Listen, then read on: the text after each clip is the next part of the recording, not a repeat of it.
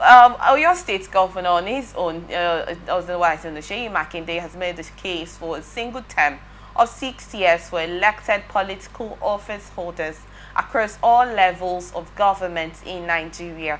The governor made the argument when Muslim faithfuls, including clerics, traditional rulers, and political office holders, paid him a visit to his Ikolaba, Ibadan residence on Friday, June 6, 2025. The visitors came shortly after the Eid el-Kabir prayers held at the Eid ground at Godi, Ibadan. Makinde congratulated the faithful on witnessing the 2025 Eid el-Kabir and thanked them for their prayers and commitment to the state. He also expressed gratitude for their unflinching support for him and his government over the past 6 years. Meanwhile, the governor argued that as against the current double term of 4 years each, 5 or 6 years is enough for any government to focus and serve the people and deliver on its mandate. Therefore, he called for a constitutional amendment to effect a change. Makinde's call followed a similar proposal by former Vice President Atiku Abubakar in a letter to Deputy Senate President Jibril Baru, who is the chairman of the Senate Committee on Constitution Review. In 2024, Atiku proposed a 6-year single-term rational presidency between the southern and northern regions of Nigeria. Well, let's look into this statement from Seyi Makinde calling for the single 6-year term for presidents and governors. Please, what do you make of this? Well, I think it's beautiful. It's not just the only one that have called for a single 6-year term. A lot of people have called for it because the system is overheated. Well, why did you say it's beautiful? I'm sorry to cut you there. Yeah, I say it's beautiful because if you know that you are going to serve for 6 years, now you know that that's just what you have. Okay. You will spend more energy, and your energy will be focused on, the 6 years delivering. But if you know that you are going to spend 4 years in office and then you have to contest for a second tenure of 4 years, you can see the politicking going on right now towards 2027. Because a lot of the politicians are distracted. And distraction is a force. Distraction sucks your energy. Distraction diverts your attention from the primary core responsibility of governance and leadership. And leadership is not just about it's not so much about the power and the office and the prestige and the paparazzi and all the pleasantries that comes with it. Leadership is all about service. It is not a class for accumulation of wealth. And most of our leaders are distracted, to tell you the truth. From my own perspective, I think they're distracted. They're distracted because they think that it's so much about the number of years you spend. No. You can be there for a year, but you can make a difference. You can be there for 2 years. You can make a difference. If you are prepared for leadership, you don't need, yes, you need more time to build infrastructure, to put in the reforms, to put in the changes that you want to see. But are you prepared for leadership? You don't need all your lifetime to be there to make a difference. If you're there for a year, you ask yourself, what have I achieved in a year? It's not how long, it's how well. It's not so much about how many years you are in office. So this is beautiful. Because if we can have 6 years, single term, and that is it. If you deliver for the people, beautiful. If you perform well, beautiful. If you don't, you hand over to the next person, and the amount of money. I'm an economist. I look at it from the cost-benefit analysis. Look at the cost implication. Look at the cost of governance. Look at the cost of organizing elections. Look at the billions allocated for elections in Nigeria. Now, all that money could be channeled towards building good schools. There are so many children that are still learning under the tree on dilapidated schools, without roofs, without windows, without doors, without functioning libraries, without laboratories. In this modern era we are in, why can't we spend that money on primary health? Go to some of our hospitals. They are not equipped with medicine.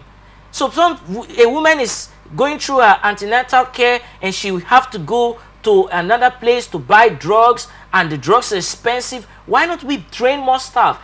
recruit more people into our health sector so that we can improve on our mortality rate. Look at the case of Nigeria's mortality rate in sub-Saharan Africa. Look at the case of child death. Look at the case of pregnant women that die. Look at the case of curable diseases that a lot of people are dying because of our health situation. Look at the case of medical tourism that even our political office holders, they are always involved in. So we are spending this money on election campaigns, spending billions and billions. We should spend that money on public infrastructure, on technology, on health, on education. And secondly too, during the time of elections, the politicians, no matter how interior, no matter how underdeveloped that community is, they will always go there to campaign. But when it is time to deliver leadership, you won't see road, you won't see hospital, you won't see anything. So 6 years single term is fine because a lot of them are distracted. Right now, most of them, their focus, their energy, their time, their attention, their mental space is filled with 2027. Okay, let me hold you there, please, for a while. Let's say that this does not get to pass. The bill doesn't get to be passed. Let's say it gets to be brought there and the House of Representatives to, check it and see if it will get a move or get any votes or in any way like English language would sing it. Let's say that there's just, how do I want to put this, that the 4 years, because you said that this is a beautiful situation because it will make them more concentrated and not hope for the next term. Because when you serve for the 4 years, you're hoping, oh, I want to rerun for the next 10 or so. They are distracted from their service in that way. I want to ask, in that situation that the 4 years first that has been given, has most of these politicians, these leaders, performed their due diligence as the case may be? Just like you mentioned about interior villages where they go to cast, make their campaigns and all of that. Has there been, because calling for this, like you said, it's a beautiful situation. Well, I would not want to make a statement on this, but has there been anything that would want to trigger this move to be passed? That, oh, let's make a census, let's check on the qualities of leadership for the past period of, let's say from 1993 down now. Has there been changes in the government? Well, it depends on the government. It has not always been a negative story. There have been some improvements, like the telecommunications sector, for example. During the time of President Olusegun Obasanjo, there was improvement in the telecommunications sector and quite other improvements as well. I believe that I teach leadership and I practice it because I believe leadership is practical. There's too much talk about leadership. There's too many leaders with titles. I call them leaders with titles, but they are not actually leaders because leadership is not just a title. Leadership is not an office. It's not just the title you carry. It's a responsibility. You raised a very important question. If they can function, if a leader or a public office holder or someone who was elected, or let's just say a leader, can't function, can't deliver in 4 years, how can they deliver in 6 years? How can they deliver in 8 years? That question opens a box. It is a box called capacity. You go into leadership. You are prepared for leadership. The office don't prepare you for leadership. Leadership is an intentional journey. You don't have all the answers to all the questions, but you are prepared to ask the right questions and you are prepared to collaborate with the team to make sure you deliver. In the words of Abraham Lincoln, he said democracy is a government for the people. It means that your primary interest as a leader is to work for the interest of the people, not just your election, not just your electoral victory, not just the next election.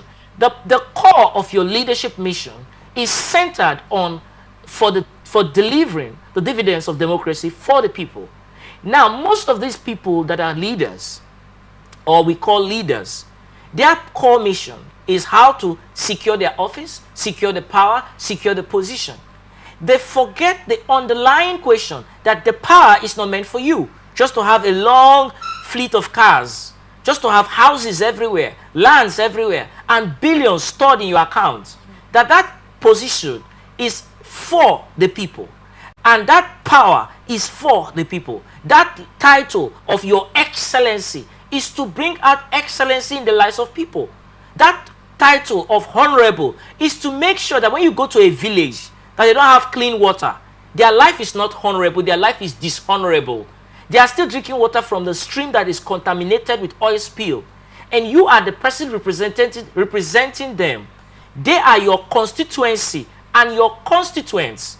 And you as their representative is responsible for their welfare with the public funds that is at your disposal. So you are to go there to make their lives honorable.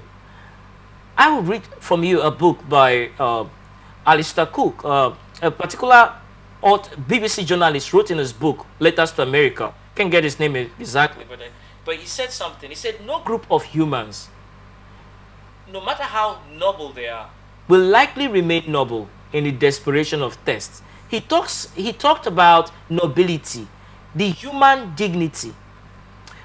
He talked about how human beings lose their nobility when they are in poverty.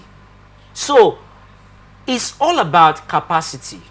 So most of the leaders we have, they don't have that capacity to deliver for the people because their perspective, there needs to be a perspective adjustment. What is your perspective in leadership? Now you're talking about 2027. Now you are there. Now, what are you doing now? Right? When I look at people and they tell me, I want to go to space, I want to do this, I want to do that, I ask them one question. What are you doing now? You can be in a hole, wherever you find yourself. Leadership is not only when you're in office, like in position. Wherever you find yourself, if you are responsible with what you have, if you're responsible with the little you have, you can do better when you have more.